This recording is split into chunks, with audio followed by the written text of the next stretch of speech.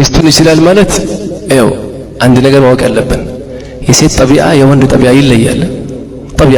ጠቢዓ ንግግራችን ነገሮችን የምናይበት አይነት እንደ ጓደኛ አይነት አንዳንዴ አትጠብቅ መፍሁም። ለምሳሌ አሁን በወንዶች ዓለም ላይ ይሄንን ማን ነው እዚህ ጋር ቁጭ ያደረገው እንዲያስቀምጠው ካልክ ወንዶች ዓለም ላይ አብደላህ ይልሃል። ሴቶች ዓለም ላይ ይሄ ነገር ሊወድቅ ብሎ ትልሃለች። ምን ብሎ ሊወድቅ ብሎ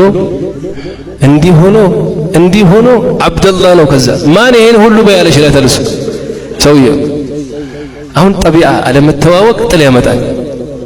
አሁን ይሄ ዓለማቸው እንደዛ ነው። አንተ አሁን ተጋብዘህ ምሳ ትሄዳለህ የሆነ ጓደኛህ ጋር አንተ የሚታይህ ወንድ ልጅ በአንድ ሰዓት አንድ ነገር ነው የሚያው ሱሚያው ምግቡን ነው መጋረጃውን አየው ትለዋለች። አሁን ተይ መጋረጃ አሁን ምግብ እየበላን ነው። በሴቶች ዓለም ይሄ የተለመደ ነው። ሴቶች አንድ ላይ ሲሆኑ የተለመደ ነው። ይሄ አየሽው ጫማውን እንዲህ ወንድ ሌላ ነው ዓለሙ። እሱ ስለ ስራ ነው የሚያወራው። ስለ ስራው እንዲህ ሆኖ ያኛው መጋረጃው ምናምን ይሄ አያሳስበውም እሱ መፍሁም። ይሄን ጠቢዓ አሁን የሴት አለማወቅ ምን ይመስለዋል? አደብ የሌላት ይመስለዋል። አደብ አንተን የሌለ መዝሀቡን አላገባህም። መዝሀቡ እኮ ነው ይሄ። ለዚህ አይደል 2 ዓመት ታስረው አሉ ሁለት ሴቶች 2 ዓመት ታስረው ሲፈቱ ሳልጨርስልሽ ቂሳውን አለቻታሉ። صلي على الحبيب ምን ሳላረገው ቂሳውን ሳልጨርሰው ገባሽ? ይሄ ጠቢዓ አለማወቅ ምን ያረጋሃል? አደብ የሌላት ይመስልሃል። አደብ አይደለም። هكذا ይለያል። ኺጣብህ ለዚህ መቻል አለበት። በቃ ነገሩን ቻለው።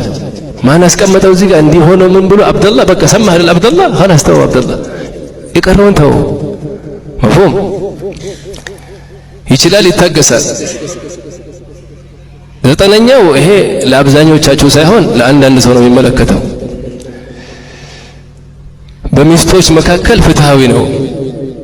ይሄ ባለ 2 ሚስት ባለ 3 ነው የሚመለከተው። ይሄ ያው ካለህ እዚህ ውስጥ አላህ ከሰተረህ ካለህ ያው ፍትሃዊ ሁን ማለት ነው። ፍትሃዊ ሁን። ከአንድ በላይ ሚስት ካገባህ አድል ሳትዘልም ማለት ነው። ፍትሃዊ መሆን አለብህ። አማ አንዱን ከዘለምክ ጉድህ ነው አኺራ ላይ። ፍትሃዊ መሆን አለብህ። የመጨረሻ 10ኛው ሚስቶቹን አይመታም። ሚስት አይመታም። ነብዩ ሰለላሁ ዐለይሂ ወሰለም አንድም ባለቤቶቻቸው መተው አያውቁም። ፈኢምሳኩም ቢማዕሩፍ አው ተስሪሕ ሆነ ቢኢሕሳን አይን ያለ ኢምሳክ ቢማዕሩፍ አው ተስሪሕ። አሁን ኒካህ ላይ አላየኸውም ሰውየውን? አሁን ስንት አዛም የሚያደርግ ሚስቱን ኒካህ የታሰረለት ቀን ነው። እስኪ ላኢላሃ ኢላላህ ወልይ መስሎ እንዲቁጭ ብሎ ዘወጅቱካ ፈኢምሳኩም ቢማዕሩፍ ኢምሳኩም ቢማዕሩፍ ማሻአላህ ስታየው خلاص ይሄ በቃ ወልይ ምን አውሊያ አላህ ነው ትላለህ። ቤት ሲገባ አላህ ራሱ ነው ትላለህ። ይሄ ቀብልት ያለው እዚህ ጋር ኧረ አላህ እንፍራ። ቤትም እኮ አላህ ያያል እኮ። ወይ በሰላም አኖራት ወይ በሰላም ተለየ እንጂ ዙልም። ለዚህ አይደል ከሰለፎች ሲጠየቁ ሴት ልጄን ብዙ ሰው ጠይቆኛል ለማን ልዳራት አላቸው። መሽራ ብዙ ሰው ጠይቋል ሴት ልጄን ለማን ልዳር ሲላቸው ሰሉ አላ መሐመድ ዘውጅሃ መን የተቂላህ አሉት አለ። ኢዛ አሐበሃ አክረመሃ ወኢን አብገደሃ ላ የظሊምሃ። አየህ አይደል ተቅዋ አላህን ሲፈራ አየኸው። አላህን ለሚፈራ ዳራት አሉት። ለምን? ሕክማውን ተመልከት። ሲወዳት ይንከባከባታል፣ ያከብራታል። ቢጠላት እንኳን አይበድላትም። ለምን? አላህን ይፈራል። አላህን ይፈራል። ወይ በሰላም ይለያያታል አው ታግሰው ይኖራል። 2 ነገር ያደርጋል። ኪታብ እኮ የተጻፈ አለ። አንዳንዴ በሰብር ዊላያ እንደሚገኝ ታውቃላችሁ። ያኒ ለሷ ሰብር በማድረግህ ትልቅ ደረጃ አላህ እንደሚሰጥ ታውቃለህ።